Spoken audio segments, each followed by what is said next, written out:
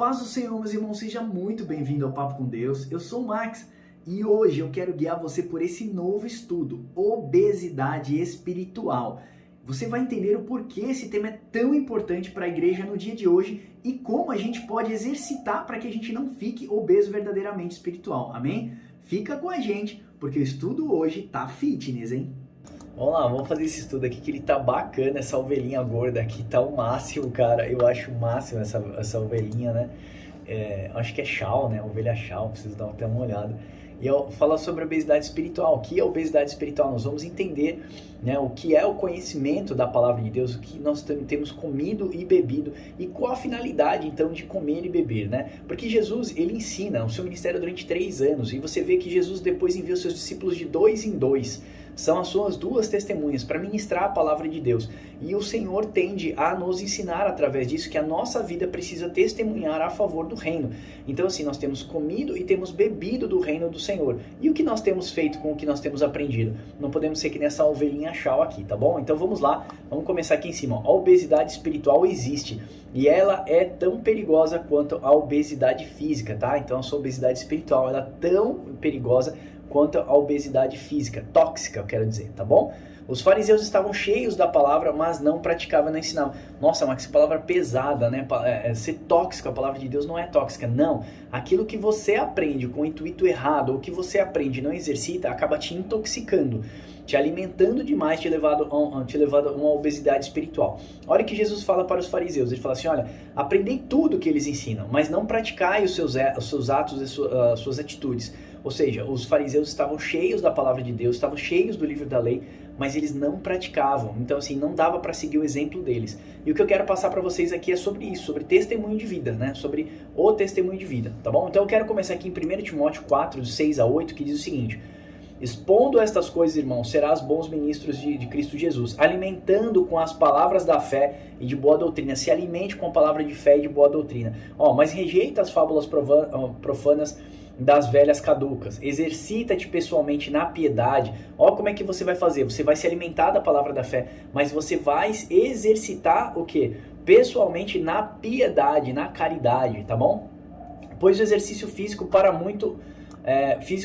pouco é proveitoso, mas a piedade para tudo se aproveita, porque tem a promessa da vida, agora é a que há de ser. Ou seja, está falando o seguinte, a palavra que nós temos comido, né, tem nos alimentado, tem trazido fé e esperança ao nosso coração, mas exercita também. Então você se alimenta, mas exercita, como um atleta faz. Ele toma lá o whey protein dele, ele toma as vitaminas dele, né? Ele se alimenta direito, ele come ovos, ele tem uma nutrição toda preparada, balanceada, mas ele se exercita também. Para quê? Para que seus músculos cresçam, para que seu corpo corresponda. E é isso que Timóteo, essa epístola a Timóteo está falando, né? Quantidade de informação. Estamos na era da revolução da informação, como nunca vimos antes. Hoje, qualquer informação está na ponta de um clique. O YouTube tem sido uma grande ferramenta para expandir a palavra de Deus. Nós, do Papo com Deus, temos conseguido alcançar muitas vidas no Brasil e em outros continentes. Porém, a minha preocupação é hoje levar você a se perguntar o que você tem feito com tanta informação. Assim como um corpo físico se alimenta demais, eu tô aqui em cima, se alimentando demais e não nos exercitando, podemos estar fadados a uma obesidade também espiritual. Então o que eu quero dizer, como no corpo físico, se você se alimentar demais, ou seja, você ingerir mais, mas sair menos de você, ou seja, em forma de exercício, você acaba criando uma obesidade física. Da mesma forma, a parte espiritual, se você tem comido, tem bebido dessa fonte, mas você não tem exercitado, você pode estar fadado a uma intoxicação espiritual. E aí eu quero ponderar um pouquinho mais à frente o que significa isso, tá bom?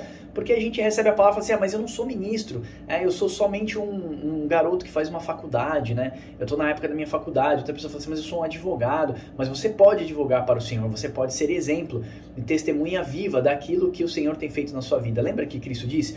Vós sois as minhas testemunhas. Então nós temos que praticar o reino de Deus no dia a dia. Eu frequentei durante muito tempo uma igreja e eu ia lá domingo, recebia uma palavra, eu era extremamente edificado no domingo. Mas quando chegava segunda, terça, quarta, meu castelo já tinha desmoronado, porque faltava fundamento, faltava a palavra, né? Uma palavra de doutrina, a palavra do Senhor de doutrina, e não somente uma palavra de esperança, de vitória. Eu recebia a vitória no domingo, mas quando chegava na quarta, quinta-feira, essa palavra de vitória já tinha passado na minha vida. Quando a gente entende porque a gente precisa se alimentar da base da palavra do Senhor, ou seja, ir para as Escrituras mesmo, entender aquilo que Jesus ensinou, o que está nos Evangelhos, né? Toda a biografia de Cristo.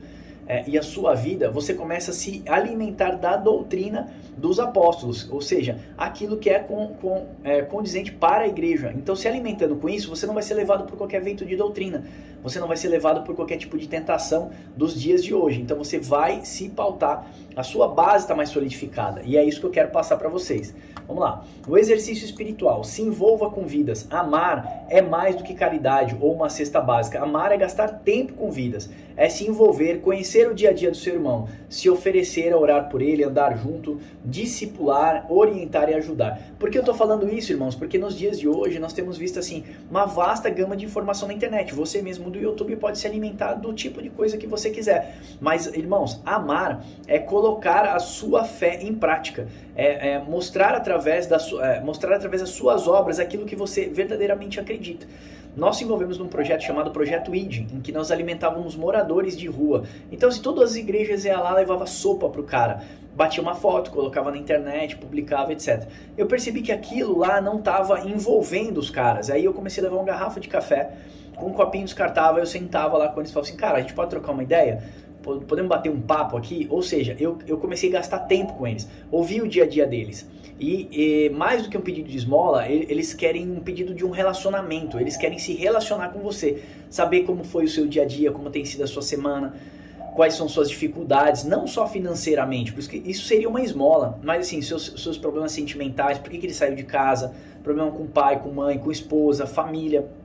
E aí você se envolvendo, você acaba criando um âmbito, né? Um âmbito de relacionamento. Então assim, amar é gastar tempo com vidas. Eu falo isso às vezes para as pessoas. Mais do que levar uma cesta básica, cara, você precisa se envolver com elas, entendeu? Claro, nós conhecemos as pessoas que são moradores de rua, que elas vivem disso. A gente chama, às vezes, parasitas da miséria. São pessoas que estão lá, mas não querem sair de lá. Não querem ter uma responsabilidade, um compromisso com o sistema. É diferente das pessoas que estão lá por causa de uma amargura, uma depressão, tá? Um problema num relacionamento. O cara chegou em casa, pegou a esposa traindo lá ele com outra pessoa, ele não suportou aquela situação e caiu na rua. Então, isso é um pedido de um relacionamento. Então, amar é exercitar. Amar, você prova que você ama através de obras, atitudes, ok? Então, vamos lá. A malhação da fé. Qualquer pessoa que ingerir uma quantidade exagerada de alimentos sem praticar exercício físico estará propenso a engordar e, consequentemente disso, terá uma série de problemas físicos. O que é verdadeiro para o corpo, aqui em cima, físico, também é verdadeiro para o interior. É triste, mas infelizmente muitos comem demais e praticam pouco exercício espiritual. O apóstolo Paulo foi claro com seus conselhos a Timóteo quando disse que ele rejeitasse as fábulas profanas, ou seja, que ele rejeitasse aquilo que não iria trazer nenhum bem. O seu foco principal deveria estar na prática da piedade. Ou seja, irmãos, do que adianta eu conhecer o Apocalipse de ponta a ponta, conhecer, por exemplo, o milênio, o 8º milênio, série de outras coisas, sendo que eu não exercito o básico da doutrina cristã, a fé, o amor em prática. Então é isso que Paulo está falando lá a Timóteo. Olha, se alimenta da fé, dessa palavra de fé e esperança, mas também pratica a piedade. Paulo estava passando isso a Timóteo. Então, a palavra exercício se associa à disciplina, o autocontrole. A verdade é o que não é a tarefa, é verdade que não é tarefa fácil estabelecer uma disciplina pessoal, ainda mais quando se trata de prática de oração. Muitos preferem fazer outras coisas e dedicar um tempo para contato pessoal com Deus. Estabeleça uma prática constante, não perca tempo, discipline o seu coração. O que hoje pode parecer para você um sacrifício, amanhã poderá se tornar uma jornada maravilhosa de um relacionamento com Deus. Então é isso que eu quero passar para você. Nós precisamos ter relacionamento com Deus e relacionamento com os homens. Como que a gente faz isso? Com Deus através da vida de oração e leitura da palavra. Com os homens é praticar o amor, aquilo que Deus tem nos entregue através da palavra de fé e esperança, através de boas práticas de amor, né? De atitudes de amor. Aí eu quero ler para você aqui, que não está aí no estudo, Provérbios 23, 21. Olha só o que fala. Porque o comilão e o beberrão caem em pobreza e sonolência, vestirá de trapos o homem. Está mostrando bem claro que aquele que come demais e bebe demais acaba caindo em pobreza. E aqui eu vou colocar para você aquele que come e bebe demais, aquele que se alimenta da palavra de Deus, tá bom? E não pratica. Então ele acaba caindo em pobreza, ou seja, pobre desse homem. 1 Coríntios 6, 9. Ou não sabeis que os injustos não herdarão o reino de Deus? Não vos enganei, nem puros, idólatras, adúlteros, efeminados e nem os sodomitas. Olha o que ele está falando. Não sabeis que os injustos não herdarão o reino de Deus? O que é o injusto, irmão? Todo aquele que pratica a injustiça. Quando você sabe o que você precisa fazer e você não faz. Você sabe que você precisa perdoar e não perdoa. Você sabe que você precisa ter práticas de amor ao próximo, de autocontrole. Você não pratica, você é um ser injusto. Você não pratica a justiça de Deus. Então, o reino dos céus não é desse também. Nem todos que dizem Senhor, Senhor entrará no reino de Deus. Olha só o que Jesus está dizendo. Ó. Quem ouve as minhas palavras e as pratica. Está em Mateus 7, 21 a 29. Não é qualquer um que vai chegar lá e falar, mas eu ensinei, eu fiz isso, eu também... Não. Você ouviu as minhas palavras, mas você não praticou. Por isso que Jesus ensinou durante 3 anos e depois pediu para que seus discípulos saíssem, né, sendo testemunhas dele em Jerusalém, Samaria, até os confins da terra. Lucas também vai falar a mesma coisa. Por que me chamais Senhor, Senhor, se você não faz o que eu mando? Olha, Senhor é aquele que tem controle absoluto sobre o seu servo. Se Jesus é o meu Senhor, então eu sou o servo dele. Logo, servo é escravo das vontades do seu Senhor. E a vontade do seu Senhor é que você vá por todo o mundo e dê frutos verdadeiramente de convertidos. Então é isso que eu queria compartilhar com vocês. Se alimentar da palavra de Deus, beber e comer dessa fonte é uma responsabilidade de cada cristão. Praticar então obras de caridade e piedade. Eu não estou falando para você sair por aí na rua dando sopa para todo mundo, tá bom? Esse não é o objetivo, isso é um ministério. Vocês precisam montar um ministério. Esse ministério precisa estar envolvido com homens principalmente. Eu vejo às vezes mulheres fazendo esse tipo de trabalho, é muito perigoso. Eu fiz esse trabalho nas ruas, pessoas drogadas, tive problema com pessoas que quis brigar comigo na rua, então eu tenho que tomar cuidado com isso. Você precisa estar envolvido. Eu fiz esse trabalho durante 3 anos, irmãos, e isso mudou a minha vida. Deus aperfeiçoou a minha vida através disso. Então, eu quero dizer que a prática da piedade e caridade é na sua faculdade, é na tua empresa, é no dia a dia, no mercado, é ser exemplo, ser o louvor da glória de Deus manifesta entre os homens. Amém?